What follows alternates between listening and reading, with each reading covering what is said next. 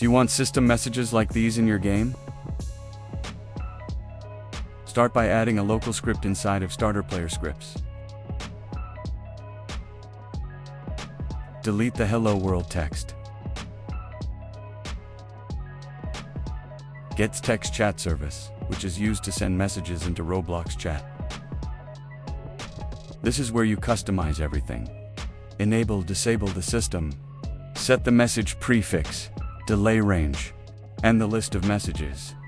It also includes an option to prevent repeating the same message twice.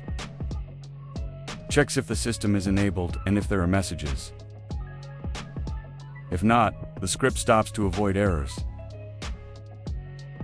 Finds the chat channels and specifically the RBX general channel where messages will be sent. Handles helper logic, picking a random delay and choosing a random message. It also makes sure messages don't repeat if that option is enabled.